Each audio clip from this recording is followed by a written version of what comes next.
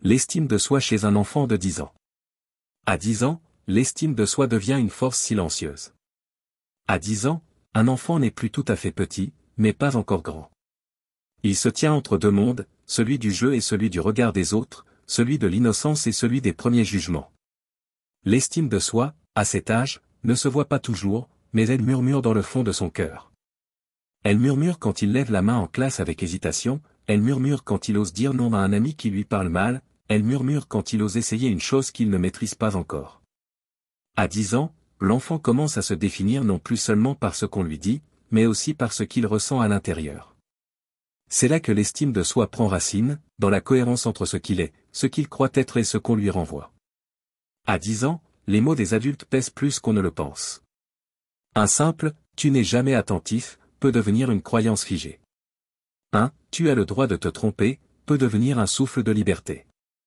Il faut choisir ses phrases comme on arrose une plante, avec soin, régularité et douceur. L'estime de soi se nourrit de reconnaissance authentique, pas de compliments exagérés. Un enfant de 10 ans sent très bien quand on l'encourage pour de vrai ou quand on le flatte sans y croire. Il a besoin qu'on voie ses efforts, pas seulement ses résultats. Il a besoin qu'on reconnaisse ses progrès, pas uniquement ses réussites. Quand il trébuche, il faut lui tendre la main sans lui enlever la chance de se relever seul. Il a besoin de savoir que sa valeur ne dépend pas de ce qu'il accomplit, mais de ce qu'il est, un être unique en construction.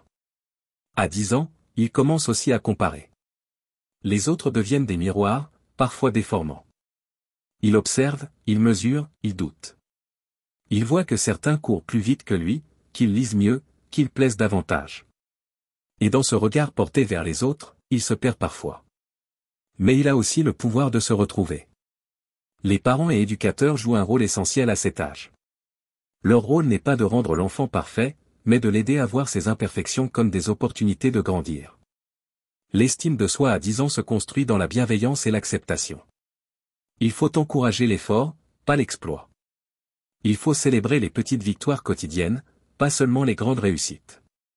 À 10 ans, l'enfant commence à prendre conscience de ses forces et de ses faiblesses. Il peut avoir peur de ne pas être à la hauteur des attentes des autres, mais il peut aussi se rendre compte qu'il a des talents uniques.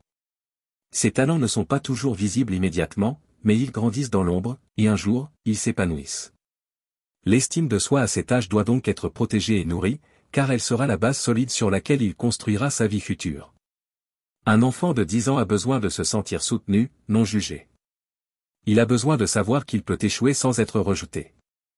Il a besoin de savoir qu'il peut être lui-même, sans avoir à chercher à plaire à tout prix. Si on lui donne cet espace de liberté, il s'épanouira dans son propre rythme, sans se comparer constamment aux autres. Son estime de soi, à cet âge, doit être un espace sécurisé, où il peut grandir sans pression. C'est en lui montrant de l'amour inconditionnel, en le soutenant dans ses rêves, en l'encourageant à aller de l'avant malgré les obstacles, que l'on construit une estime de soi solide. À 10 ans, l'enfant doit sentir qu'il peut compter sur ses proches pour l'aider à se relever quand il tombe, mais aussi qu'il a en lui les ressources pour se relever seul, avec la confiance qu'il peut accomplir de grandes choses, même si le chemin est parfois difficile.